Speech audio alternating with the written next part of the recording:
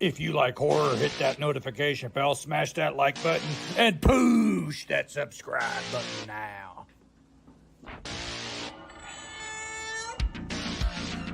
What's the boogeyman? Hello, Tiffany. Welcome to my nightmare. We want the man who did this. Welcome to Nick Push's Horror Channel.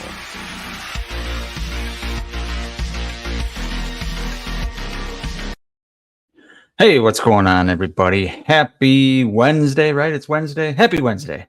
Halfway through April, getting closer to summer. Thought it'd be fun to talk about duos in horror movies tonight. So I got a slideshow prepared of 21 duos in horror movies that I kind of want to talk about. So it's not really going to be a ranking list, but it's just going to kind of be a discussion.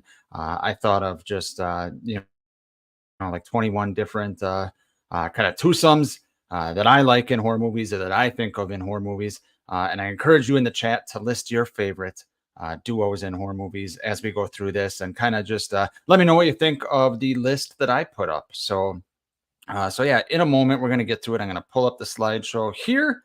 Let's see what we got going on in the chat first and let people filter in. Popping the popcorn. Katie's here. Hey, Katie. Entertainment Wizard is here. The man with a lot of great memorabilia. So how's it going? Bud is here. What's up, man? How's it going, Bud? Bud is busy, man. He's a really busy man. I don't want to give away his personal business, but it's good to see you in the chat, my friend. Entertainment Wizard says, ironically, I just got Wednesday season 1 in the mail. That's funny. Yeah, on a Wednesday too. That's perfect. All right. So like I said, got a slideshow here, 21 duos in horror movies. I'm just going to kind of talk about them. Let me know what you think of the duos I put up. They're not all from Halloween. I know everyone wants me to talk about Halloween. I will talk about Halloween. There's one slide of Halloween. I think there's 2 of Friday the 13th, maybe. None of Nightmare. So a lot of different type of horror movies I got here. So starting off with the thumbnail, Chucky and Tiffany. So I think when a lot of people think of, twosomes in horror movies, this is the first one to come to mind. We're going to talk about Corey, Bud. Don't worry. You'll like it. Stick around. It's about halfway through. But they think about Chucky and Tiffany, and for good reason.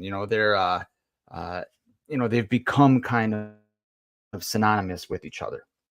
Now, I myself am more of a Child's Play 1, Child's Play 2, even Child's Play 3 fan than the later on sequels. I don't mind Child's Play 3. It's not good. I don't mind it. I'm not the biggest Bride of Chucky fan because it kind of dove a little too much into the horror comedy route and didn't really work for me.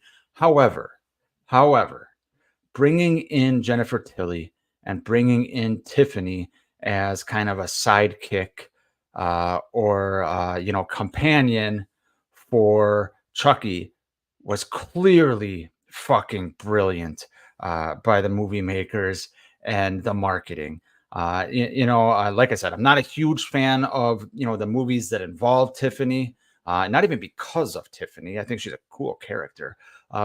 But what they did to kind of bring and have kind of like the bad couple, the bad boy and the bad girl together, I thought was really, really smart by the market. And obviously, it's helped the franchise along as it's still fucking going somehow, which I guess you can say for a lot of horror franchises.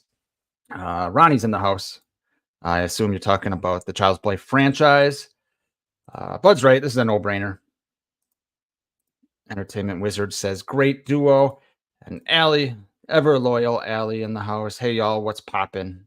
All right, let's get to the next one. I don't even remember. I remember the slides. I don't remember what order they are in. So we're just going to go with it. So next up, and like I said, no particular order here. I just have 21 different duos on the list. Next up, another one that is newer here. It's Ed and Lorraine Warren from the Conjuring franchise. Now, I don't care about, whether they were sleazebags or slime balls in real life or not. That's not what we're here about. But the relationship between Ed and Lorraine Warren in the Conjuring franchise is really the heartbeat of the franchise. There's a lot of great dynamics between them, a lot of great character moments. I think when you think of, duos in horror, especially like couples in horror, you really think of Ed and Lorraine Warren in this franchise. And they're portrayed really well by Patrick Wilson and Vera Farmiga. Is that how you pronounce her name?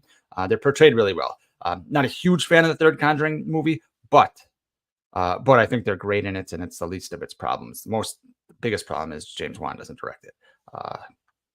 Let's see here. Yeah, I probably agree with you, Ronnie. They were basically a couple of con artists.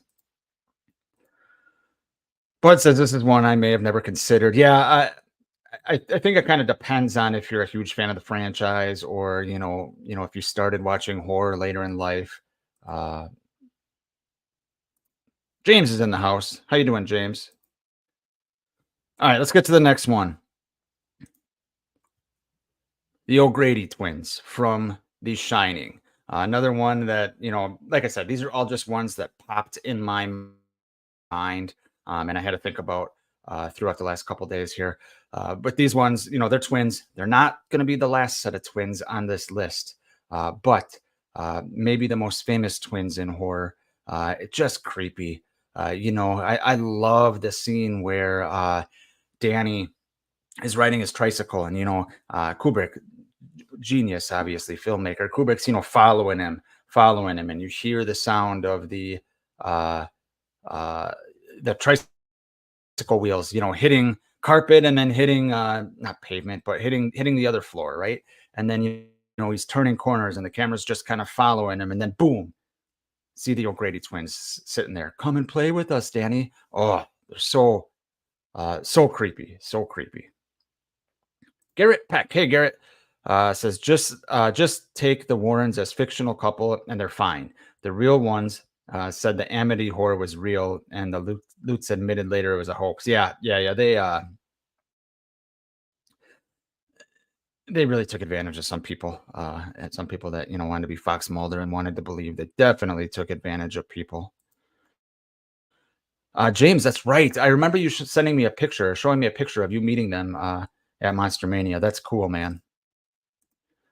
Bud says another no-brainer. Yep, absolutely another no-brainer. I bet you about half of these are no-brainers, and half of them you might be like, oh, half of them you might not think of a duo, but I kind of made them a duo. And just for reference, I didn't really include anyone, like two people out of three. So like I wanted to include Brody and Hooper, but I don't really think of them without Quint. So I decided not to include them because I don't think of them as a duo. All right, next. The Frog Brothers from The Lost Boys. Don't like their voices, especially Feldman's voice, but in this movie at least. But they're classic characters. It's weird including duos and having Corey Feldman and Corey Haim movie, and not having them be the duo, right? But no, it's the Frog Brothers. They're the ones that kind of start telling Corey Haim's character about the fact that there's vampires in Santa Clara. I think that's where it was. Is it Santa Clara? Santa Mira? Something like that. Santa Mira's Halloween 3. But they're the ones that tell Corey Haim about it, using the comic books and things like that. They're the ones that tell him his brother Michael is turning into a vampire. They're the ones that, tell him how to kill the vampires. So Frog Brothers, when I think of duos in horror movies, obviously 80s pop up, right? And the Frog Brothers are a good one. Diamond Radler in the house. How you doing, Diamond? Ronnie says I'm betting 1,000. I'm not going to keep up with 1,000. I don't think I'll keep up with 1,000. There's some weird ones here. Don't worry. Gacko Brothers. I love The Lost Boys too, Ellie. It's probably my favorite vampire movie. Mostly just because of the soundtrack and the vibe and the atmosphere. All right, let's see what we got next. That's 4. We still got 17 more. Next, had to include some Scream love here. It's the only Scream slide, so you're not going to see, 2 out of the 3 of the big 3 of the Scream franchise. But Billy and Stu, most people's favorite favorite duo in the Scream franchise. Most people's favorite 2 ghost faces. I say most people. 2 dead killers right now. That's right. I said 2 dead killers. They're both dead at the moment. We're not here to talk about Stu coming back, but Billy and Stu. Billy's kind of wears the pants in this relationship, but Stu's kind of a follower. But they're you guys know me. I hate using this word loosely, but they're iconic. They're absolutely iconic in the realm of horror, and they go together for sure. So I've talked about Scream ad nauseum. So the slides I have of Scream, Halloween, you guys aren't going to want to hear me talk about all of that. But yes, they're 2 dead fucks. So yeah, Billy and Stu are my choice for the Scream franchise. Bud says, no, Dewey and Gail, you're a fraud. Man, I don't know, man. I feel like when I think of them, I think of Sydney, right? So that's kind of a threesome for me. Corey Feldman, best decade was the 80s. Yeah, it certainly hasn't been anything since 2000, man. And it probably wasn't the 90s because he was hanging out with Michael Jackson. So I don't think he would consider that his best decade. But even Feldman in the late 80s, he grew up fast, man. Like when you look at him in The Lost Boys, and especially him like in Friday the 13th, right? Part 4 in 84. And then you look at him in 89 in The Burbs, it looks like he aged like 15 years. It's crazy. It's kind of sad to think about. All right, Billy and Stu, let's go to the next duo. Heading back to the Shining franchise. We're going Dr. Sleep here. This is a duo that I know a lot of people probably don't think about. But if anyone's a fan of Dr. Sleep, and I am, the duo of Danny, played by Ewan McGregor, and Abra here, they become, once again, the heartbeat of this movie. And it's so weird because you got 2 very different people that both shine, right? And that's how they start communicating with each other. And you don't realize it, but Danny needs her to move past his trauma and his guilt and, his alcoholism and all that shit. And she needs him because there's a fucking stone cold killer after her. And it's unfortunate because she loses her dad in this battle. And, spoiler alert, if you haven't seen Dr. Sleep, I don't want to ruin too much, but there's a great scene at the end between these 2. And it's a really, really good movie. It's a much better movie than it deserves to be, considering it's a sequel of a movie from 35, 40 years ago. Bud has not seen Dr. Sleep. Oh, you should check it out, man. It's really good. Really, really good. Rose the Hat as a villain is excellent. Garrett says Scream fanboys want Stu to come back, but I can't see how they could do it believably. Yeah, I mean that's the conundrum right there. I have thoughts on issues that people have with it, but I don't want to get into it right now. But I agree with you, Garrett. There's a lot of believability factor that causes some problems there. Allie says Corey was so weird in 13 fanboy. I don't think it was acting. Yeah, I definitely don't think it was acting either. I think he kind of wanted to be the star of the show, but he was not. James says, thank you for including them. They were great together. Yeah, they were excellent as a duo, and just kind of an unlikely duo. All right, next up. Whether it's horror or not, I consider it kind of horror. We got Billy and Gizmo as a duo. Once again, kind of unlikely. You got a human, and you got a Mogwai, and you got a great fucking movie. Christmas movie, yes. Horror movie, sure.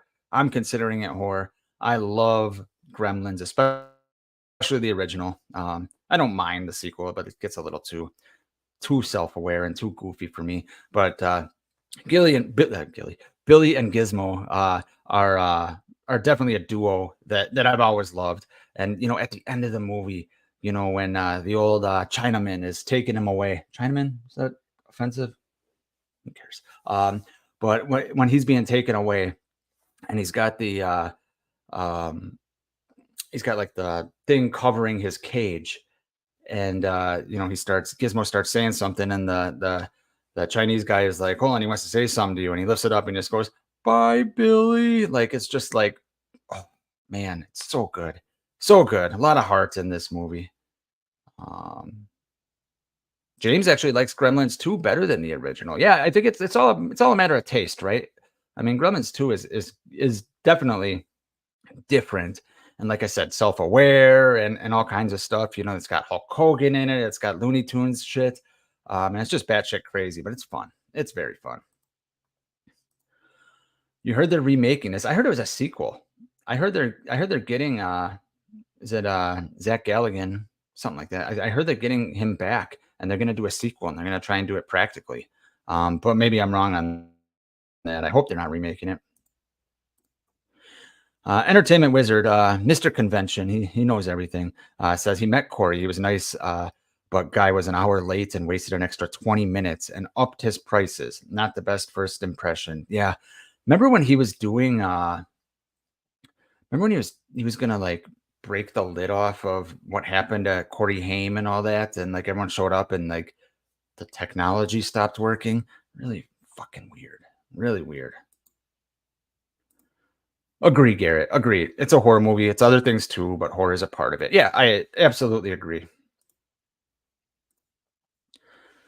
Gillian Bismo is the name of my next channel after Bud and Blaster flames out. That's good. That'll be like your 5th channel. But that's good, Bud. Don't flame out.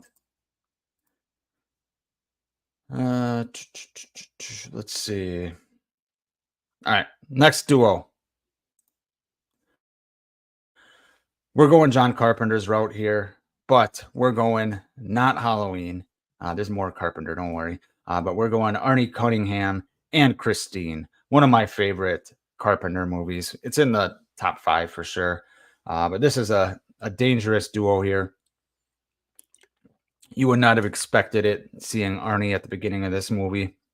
But by the end of this movie, you are fully invested in Arnie being a fucking villain.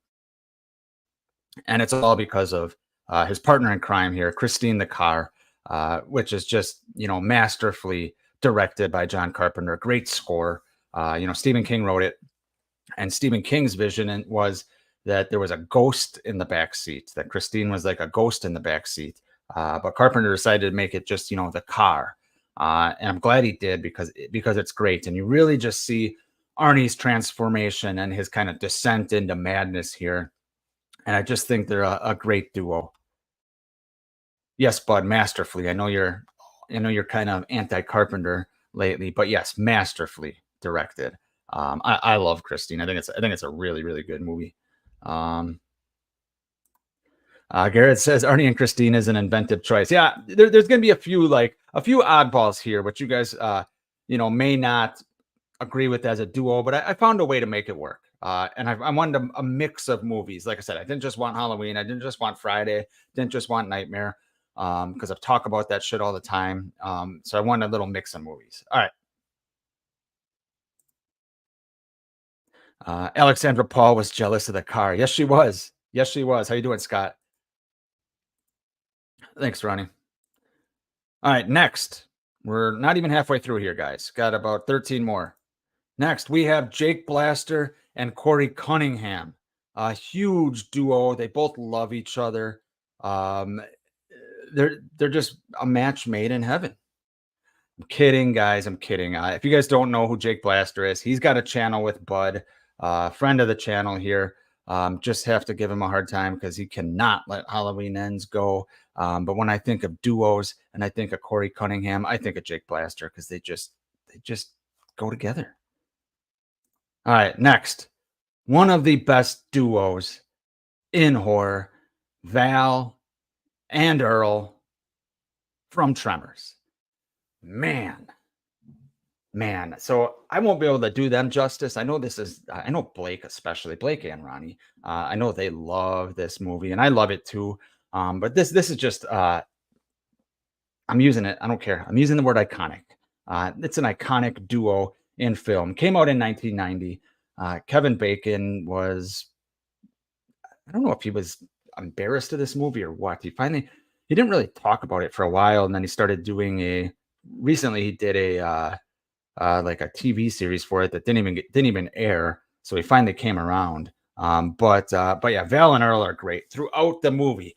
At the beginning of the movie, you see them kind of just, they're the handyman, right? And things are going wrong, and they just need to leave.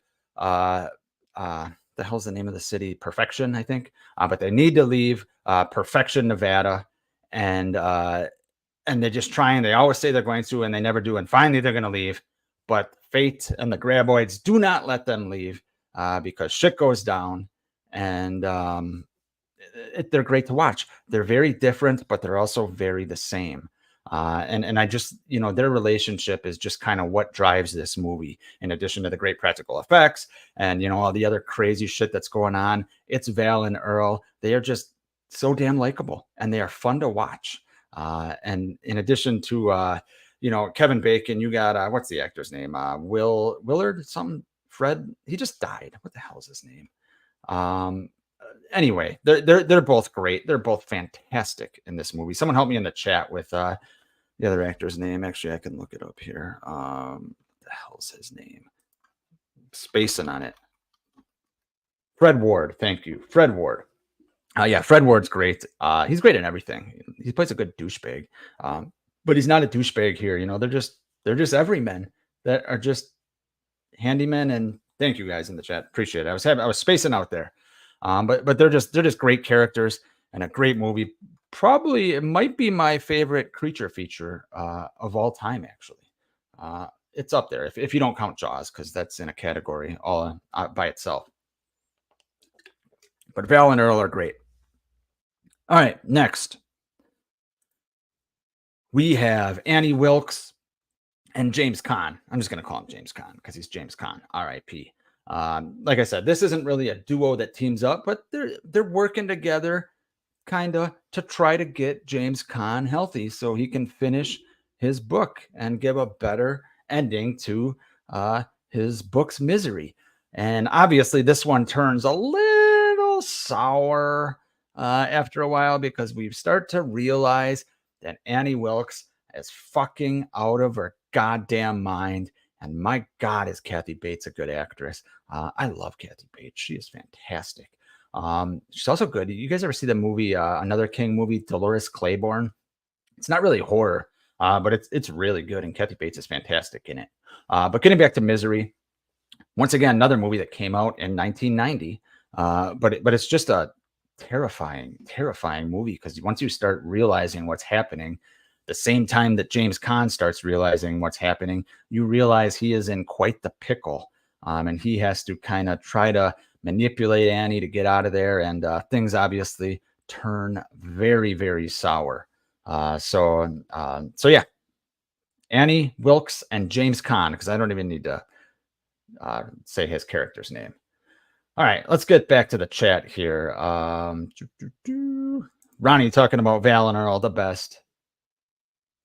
Iconic, legendary. Bud says he should have done the sequel. Yeah, he didn't do the sequel. Fred Ward, I think. Or no, was it Burt? Burt was in the sequel. Fred Ward might have been too. James, how about Jake Blaster and Michael Myers from H2O? Yeah. Garrett says Kevin's done a lot of horror, so he certainly doesn't have a problem with it. Yeah, you're right. He has. Like Stir of Echoes is fantastic. There's a TV show, The Following, that he led. That is just an incredible show that I'm sad that got canceled. But Bacon's great. I'm just giving Jake Blaster a hard time. That's all I was doing there. Garrett says, saw a Tarantino video today where he said Jaws was the best movie ever made. Not best film, but best movie. Interesting. I mean, Jaws is in my top 5 movies of all time, so hard for me to argue with that. James, regarding Annie Wilkes, says she was like Mrs. Voorhees, started very sweet and innocent. Yes, I agree. And then we just saw the turn, and her turn wasn't as sudden as Mrs. Voorhees, but it was gradual. And then once you saw it, you saw it. All right, let's get to the next slide. We're about halfway through here. Next, another Stephen King movie. We got Judd and Lewis from Pet Cemetery. Once again, I love the relationship between these two, and it kind of drives the movie home, right? Judd obviously has been living there forever, and Lewis moves in with his family, and obviously wackiness ensues, right? I mean, their cat dies, and Judd tells him about the pet cemetery. And, I love the scene right here and the constant scenes between these two where, Judd is explaining, sometimes dead is better, however the hell he says it. And it's just a great relationship they have, and just such a bleak fucking movie. I love Pet Cemetery. And a lot of what I love about it is these two right here. You could make an argument that, Judd is responsible for telling Lewis about all this shit and what ends up happening. Now, Judd obviously gets his fucking Achilles cut off in a horrifying scene by little dude from Miko Hughes, right? But yeah, Judd and Lewis have a really good relationship. I like to hear, like I said, I like this scene. They're sitting down, having a few beers, talking like neighbors should, like neighbors used to do before cell phones, before YouTube. You sit down and have a beer with your neighbor, and then you raise your dead kid and raise dead cats and all that shit. See, this is why the 80s was better. We weren't all sitting in front of a screen talking. We were with our neighbors, making friends. All right, let's see here. Tommy Quinn. Hey, Tommy says, Nick, did you watch Wolf Creek yet? Some film. No, dude. It's like literally, I have like a list of like 50 movies to watch next, and it's 100% on that list. I need to get on it. James says Miko Hughes' first movie. Was it his first? That makes sense. He was pretty young in this. Garrett says Fred Gwynn's performance is iconic. Even the fantastic John Lithgow couldn't top it. Yeah, no kidding. And Lithgow's great, but yeah, Fred Gwynn is great. This is a great pick. Allie says, I love how the new Pet Cemetery tied these two together. I have not seen the newest Bloodlines. I have not seen Bloodlines. I watched the remake from a few years back, and I didn't hate it. I didn't think it was that bad. Agreed, James. It was decent.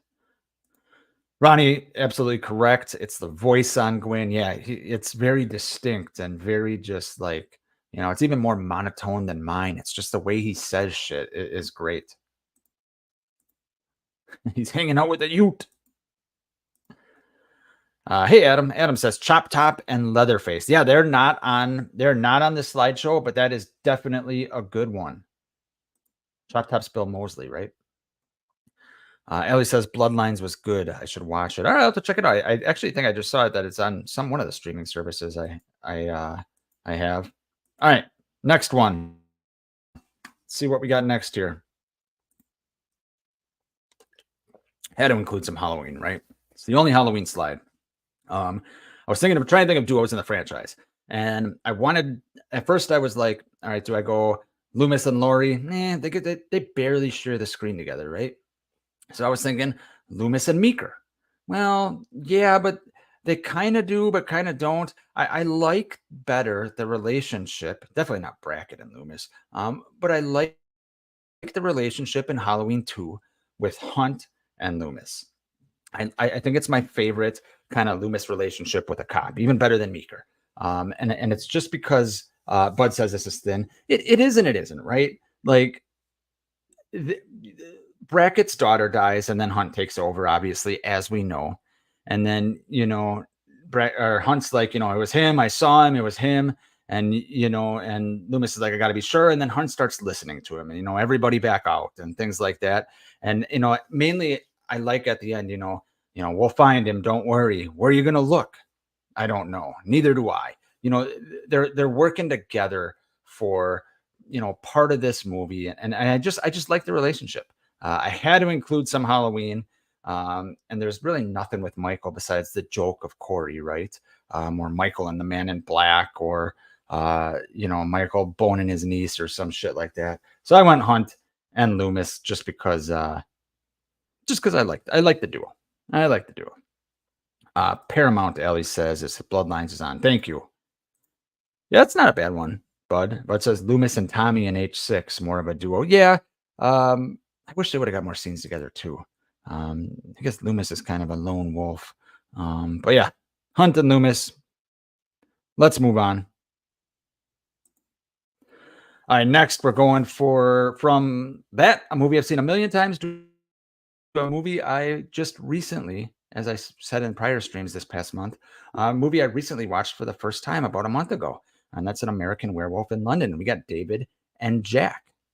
And what I like about this is you could make an argument, okay, well, they're only in it together, at the beginning of the movie. But then, throughout the rest of the movie, spoiler, you have Jack's basically ghost. You have Jack's ghost kind of haunting David. And, he's showing up more decayed and more decayed. And, you can make an argument, it's his guilt or whatever. But this duo between David Naughton and Griffin Dunn is fantastic in this movie. So, some of these shots here, like at the beginning of the movie with them in the rain and the jackets, are awesome shots, awesome cinematography, just really unsettling. And then you get the other shots where Jack is showing up, in the porno theater, telling David, you got to kill yourself. You got to kill yourself, or else, we're going to be in purgatory the rest of eternity. So there's that budding relationship for two guys that have been friends for a long time, and the guilt that David feels over Jack's death. So it's a great movie. Like I said, I unfortunately for me recently saw this for the first time, and so I missed out on years and years and years that I could be watching it. But they're an awesome duo. Dr. Hoffman in the house. Hey, Dr. Hoffman, how you doing? Says Donald Pleasance is a legend. Entertainment Wizard, I knew you'd love the H2 duo. Bud's starting to know me a little too well. He says, I knew this would be here. Fantastic movie.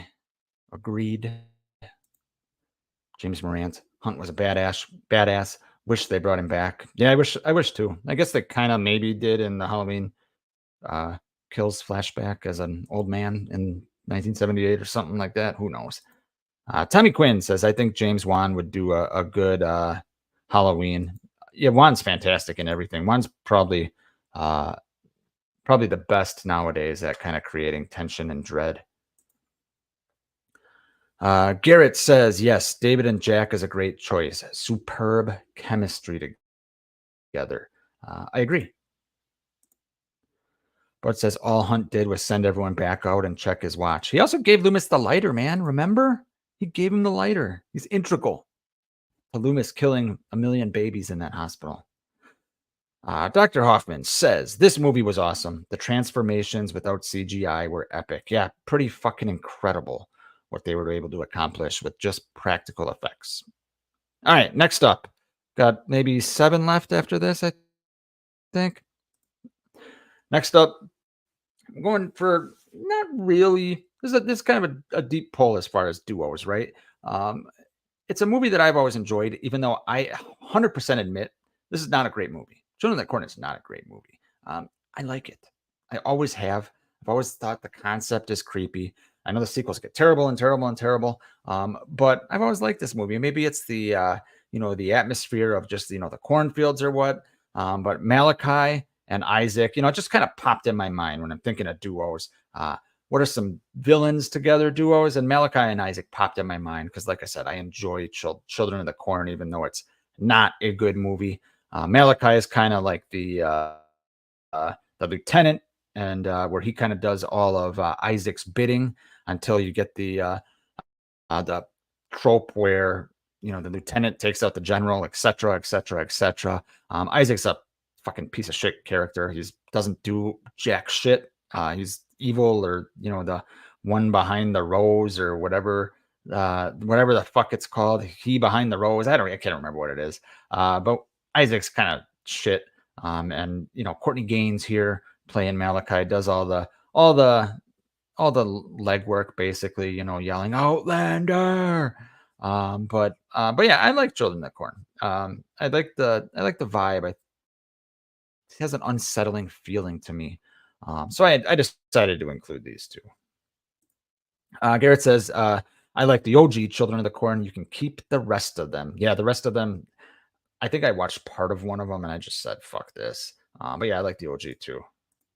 James says it's decent. Sequel's not too much. Yeah, I think it's that's probably one of the few things, fandom can agree on these days is the original Children of the Corn is okay. The rest suck. Yeah. All right, next. Going back to the Carpenter well. Possibly the best Carpenter movie. It's up for debate between this and Halloween. But I went with McCready and Childs. Like I said, this might be better than Halloween as far as Carpenter movies. I go back and forth on that. Halloween might be my favorite, but man, the Thing is great. And you got kind of McCready, the reluctant leader, and Childs, who's got a little bit of the wrong temperament, as McCready says, but earlier in the movie. But they're the last two, right? They're the last two that survive down in Antarctica. And we aren't even 100% sure that they are them, or they could be things. Who knows?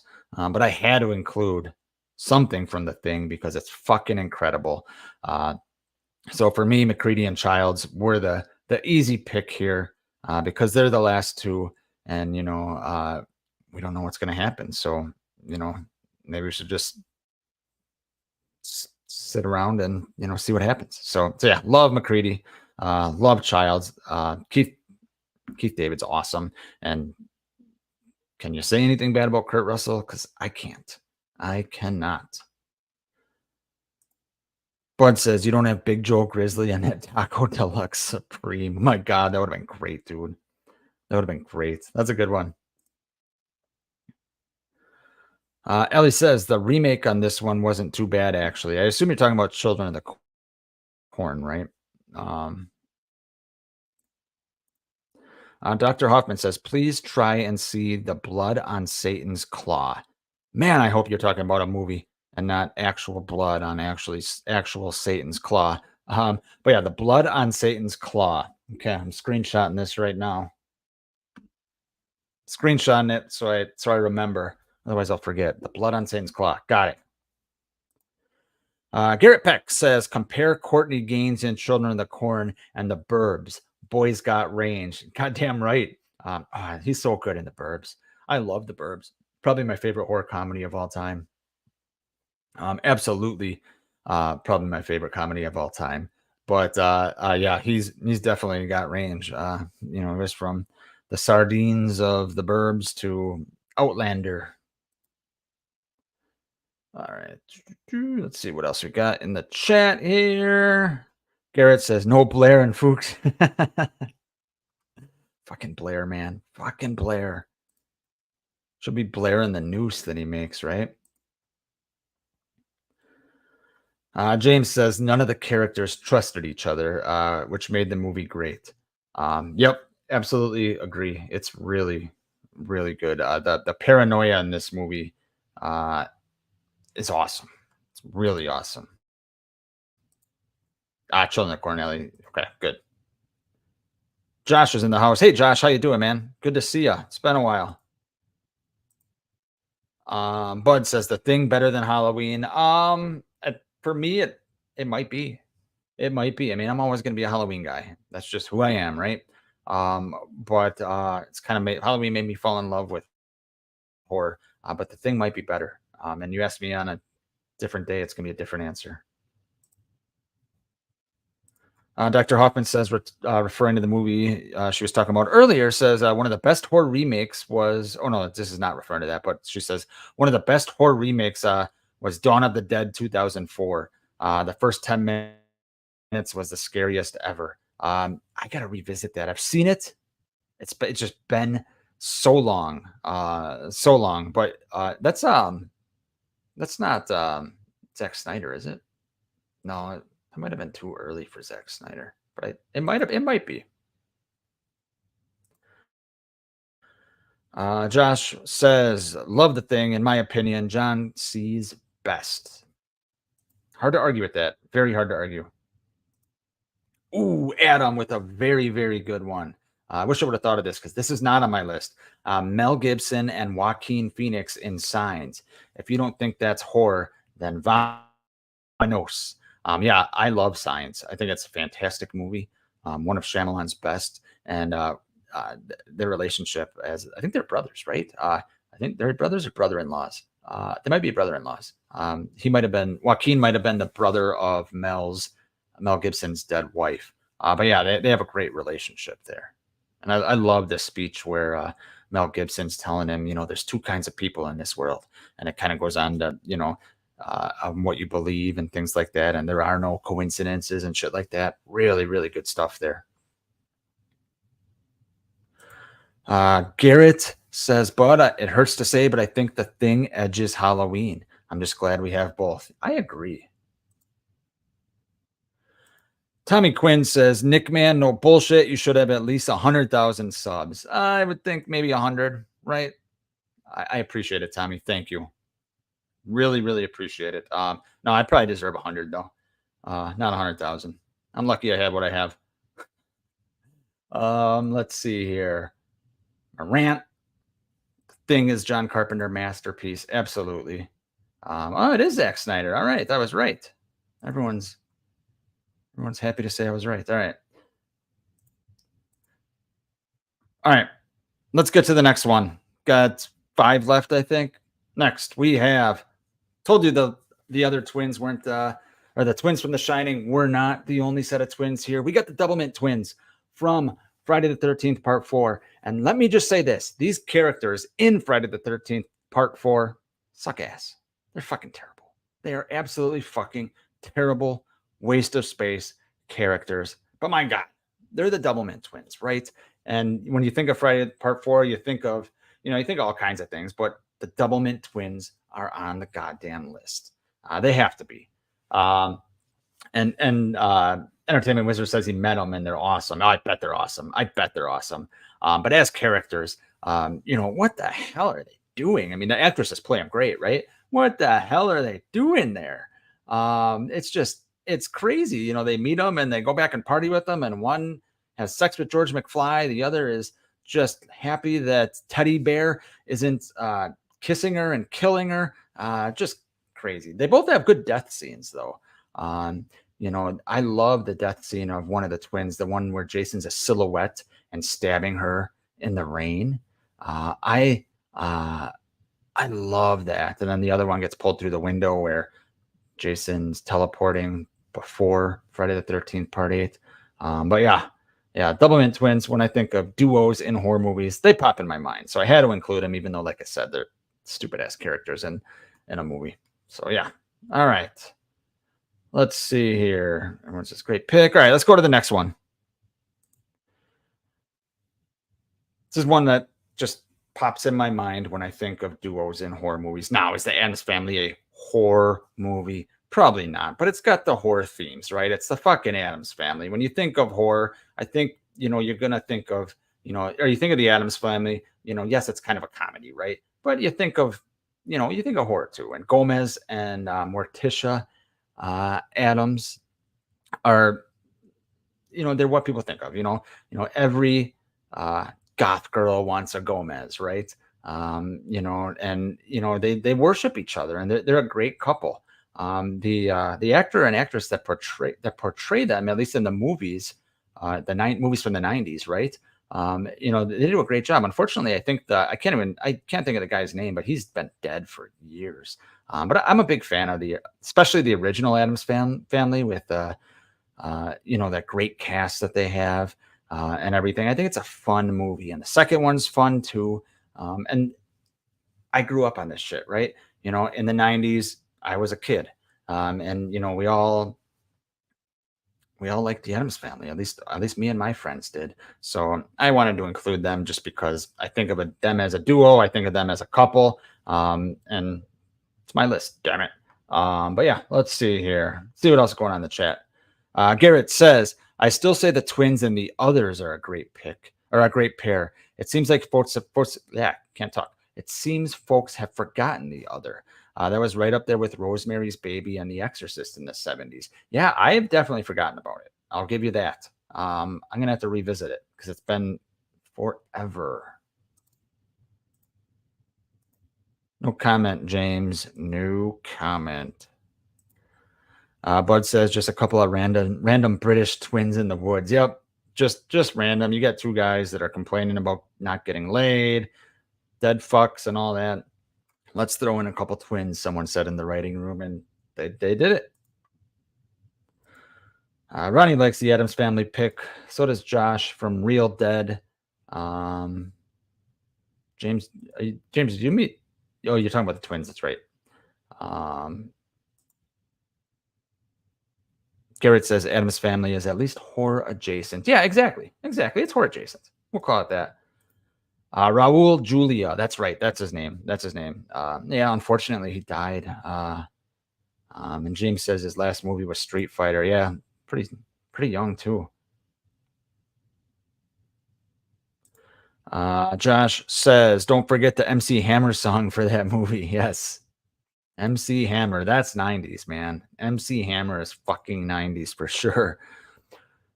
Raul Julia. Luis Guzman played Gomez in Wednesday and looks more like the Charles Adams drawing of the character. Yeah, I thought he was. I haven't sat down and actually watched Wednesday all the way through, but I've seen clips and I thought the guy that Luis Guzman, I thought he played him well. It's a little on the chubbier side, but nothing wrong with that. All right, next, couple more left. Then we're gonna see what I missed. You guys can tell me in the chat who I missed. But there's 21 slides. We're on 18, so we got 3 left. Next, another kind of I don't think it's a forgotten about 80s movie, but it's a movie that I don't think is talked about enough. Another werewolf movie, talking about Silver Bullet. And the duo here that I chose is Gary Busey and Corey Haim. And I'm just going to call them by their real names because that's who I see when I see them. And I love the relationship here between Busey, who's Corey Haim's uncle. I just fucking love this relationship. Corey Haim is in a wheelchair, and Gary Busey is his drunken, fuck up, screw up uncle. And they love each other. And the only thing that you really see Gary Busey care about is Corey Haim. He argues with his sister, who's Corey Haim's mother, about, I can't remember exactly what it was, but it's something about, letting Corey Haim experience life and things like that. And he builds him, what ends up being the titular Silver Bullet, and ends up saving his life, all kinds of things. He's the one, Gary Busey is the one that Corey Haim and his sister go to when they figure out it's a werewolf, because they know even if he doesn't believe them, he will help them.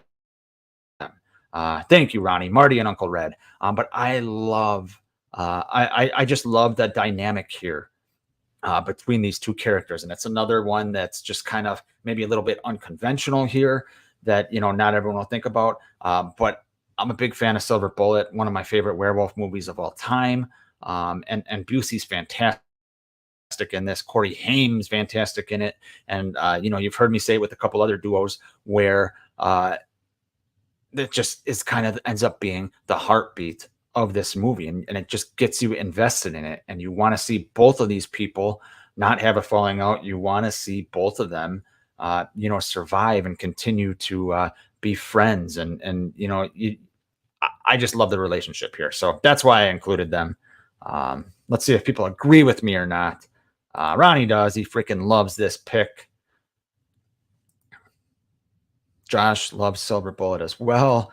Bud says pre-brain damage. Yeah, Busey fell off a fucking cliff. There's some videos of him where it's like, Jesus. James says the only time Gary Busey played a good guy. He wasn't a bad guy in Point Break, was he?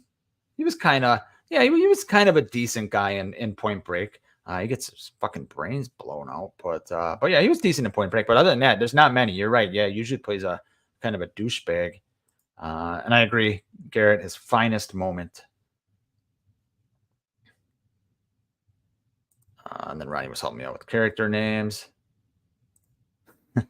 Adam says Friday 2, marking any ass within a 3-mile radius. Yep, anything his slingshot can reach, man.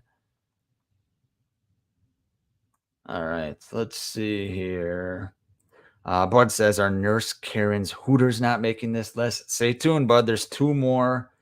There is 2 more slides to go, but they're not on it.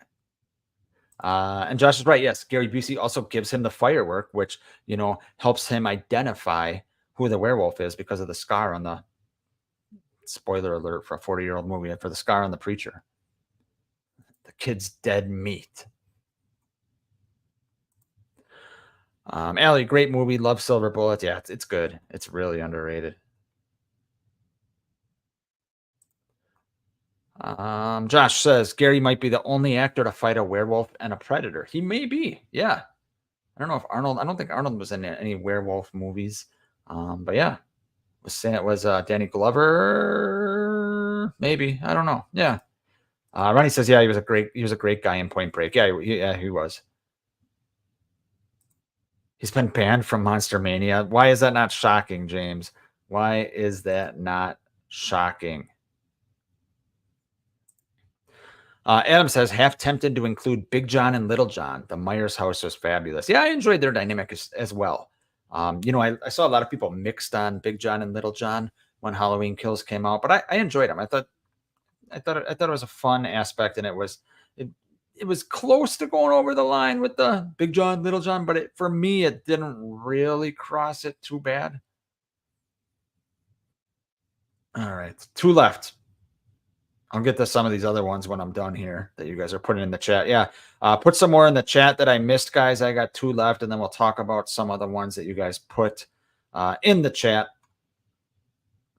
Second last one. All right, another kind of deep pull here. The People Under the Stairs. These characters are just titled Man and Woman or Mom and Dad or something like that. But People Under the Stairs, we're going to the Wes Craven well. A weird ass fucking movie. It deals with some class issues and things like that. And I think some of it is handled well. Some of it is handled not so well as far as the message of the movie. But these people are fucking batshit crazy. It's no surprise they're both Twin Peaks actors because this may as well be a David Lynch movie because it's just fucking weird. They literally keep people under the stairs, and there's people in the walls, and they cut people's tongues off, and he's taking a shotgun trying to kill the little kid Roach. Just fucking, it's just a balls to the wall crazy ass movie. Is it a good movie? I honestly don't know. I don't know. I can watch it if I'm in the right mood. But these are absolutely just like crazy characters. And I wanted to include one more kind of duo of villains on the list here. So yeah, People Under the Stairs, Mom and Dad, Man and Woman, whoever the fuck they are, weirdos. But yeah. All right, last one here. We have Reagan and Pazuzu. Kind of a cheat here because Pazuzu ends up possessing Reagan. But I needed another duo here. And Reagan and Pazuzu. Poor Reagan. Pazuzu just fucking, I think that's the entity's name, but Pazuzu just fucking takes over, makes her start pissing herself in front of her mom's dinner party, makes her, he destroys poor Linda Blair's back, tells people their mother sucks cocks in hell. He takes a crucifix and does God knows what to a little girl. Just terrifying, horrifying. But Reagan and Pazuzu, I needed a 70s movie. So they're kind of the pick I had there. All right. Let's get to the chat. See, you guys tell me in the chat who I missed. Tell me some horror duos. Like I said, I didn't want to do 50 of them, but these are the ones that just popped in my mind, and I wanted to talk about some movies that I don't always talk about. A lot of Big John and Little John love. Yeah, like I said, I like Big John and Little John. I think they're good. I thought they were fun. Real Dead referring to People Under the Stairs. Watch it. It's like I said, I don't know if it's a good movie. I don't know if it's a bad movie. But it's definitely a movie that might stick with you as far as being like kind of a WTF movie. James Morant says Wes Craven's most underrated movie, basically like Panic Room. Yeah. You know what's a Craven movie I still need to see, but I haven't heard if it's good or not, is Shocker.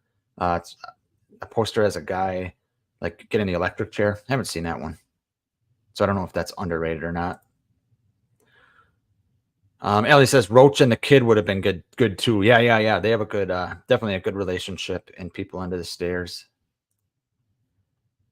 Garrett says Everett McGill's character seemed immune to headshots. Yeah, no shit. No shit. Garrett says another inventive pick. Yeah, I was trying to spice it up a little bit, not go with the obvious ones all the time. There's obviously I had some obvious ones. Josh says I find The Exorcist pretty boring. Yeah, I know a lot of people that do. I do not, but I understand where people are coming from. Like, totally understand where people are coming from. I do not, because I'm invested in Father Karras's story for some reason from the get-go, and I love, the sacrifice he makes and things like that. That's probably the part of The Exorcist I love the best, is Father Karras's part. Bud's got a good one here. Tucker and Dale. Yep. Definitely a good one. I know that'd be high on a lot of people's list of duos here. Damn it. Here's a good one. Back to the Crypt. How you doing, man? Says Reggie and Mike, or any duo you can think from Phantasm. Yeah, I agree. I just did a video on Phantasm a week or so ago, because I just wanted to talk about that movie, because I'm a huge fan of the movie. It's great. That's a good one. Ooh, Ronnie with a good idea. Horror trios. That's not a bad idea, Ronnie. I bet you there's more. I bet you there's more than I could think of off the top of my head right now. I bet you it's one of those things where you don't realize how many trios are out there. All right, people are saying Shocker isn't too bad. Okay. Over the top but fun. I like over the top and fun. I'm done taking shit too seriously mode lately. So if a movie sucks, it sucks. If it sucks and it's fun, that's cool too. There we go. Yeah. See, I just want entertaining. I just want entertaining. So that works for me. Back to the Crypt says, I love the Shocker soundtrack. Haven't watched the movie, but I love the song from Dudes of Wrath. All right, I'll have to check out the soundtrack too. I'm glad. Bud says, I'm glad you didn't do something stupid and put Tommy Jarvis and Megan Garris. If I would have thought of that just for you, I would have. Bud's in a villain mode, a heel mode, or piss off. Any Friday the 13th fan mode. And Megan Garris is just made to the top of his shit list. Garrett says Peter and Roger from the OG Dawn of the Dead. I gotta rewatch the OG Dawn of the Dead. It's been forever. But yeah, Peter and Roger. Good call. Tommy says the lads from River Wild with Kevin Bacon. Dude, the River Wild. I forgot about that movie. That's like mid-90s or something, isn't it? River Wild. Isn't some actresses in there? Famous actress too. I can't remember. But yeah, I remember that movie. I know, Ronnie. I know. The problem is it's not streaming anywhere. Monster Squad is not streaming anywhere. I looked last weekend. I wasn't paying $3.99. I'm a cheap bastard. I'm hoping it goes to streaming soon. Or maybe Bud owns it and can give it to me. It's one of those two. Josh from Real Dead says, you're going to see Abigail this weekend? I definitely will. Probably not. Depends. If it's streaming, there's a possibility I will. If it's me paying money to go to a theater, probably not. But I've heard really good reviews on it. Really good reviews. Back to the Crypt. Charlie Brewster and Peter Vincent from Fright Night. Yeah, Fright Night. Fright Night came out when, like 86 or something like that? I think there's a sequel to it too. Yeah, Allie, he's in his evil Hogan stage. Agreed. James, what about Seth and Richie from Dusk Till Dawn? Never seen Dusk Till Dawn, actually, James. But I know it's really good as far as from what I've heard from a lot of people. So yeah, never seen it though. Let's see here. Everyone giving Bud a little crap, and I'm sure Bud loves that. Back to the Crypt says Dwayne and Belial from Basket Case, although that movie isn't for everyone. I've never seen that movie either. However, I was watching a documentary maybe a year ago, like the 50 scariest moments in horror movies or something like that. And I saw the part of the climax of the movie. Looks fucking crazy in a good way. 85, James says, Fright Night. Here we go. Adam, Rob Zombie's Loomis and the term clam breath deserve a mention at least. Yes. I agree. Oh, man. All right, guys. So that is it for me for tonight. I want to thank everyone for tuning in. Thank you for being lively in the chat. Although now, hold on a second. Bud just put up a good one here. Damn it. Jamie and Rachel from Halloween 4. That would have been a good one. Really good one. And Allie with Art the Clown and Little Dead Girl. Yes. I know, Ronnie. I know. I did not, Real Dead, say Corey and Allison from Ends. I did not. But yeah, that's going to be it for me tonight. Thank you, everyone, for tuning in tonight.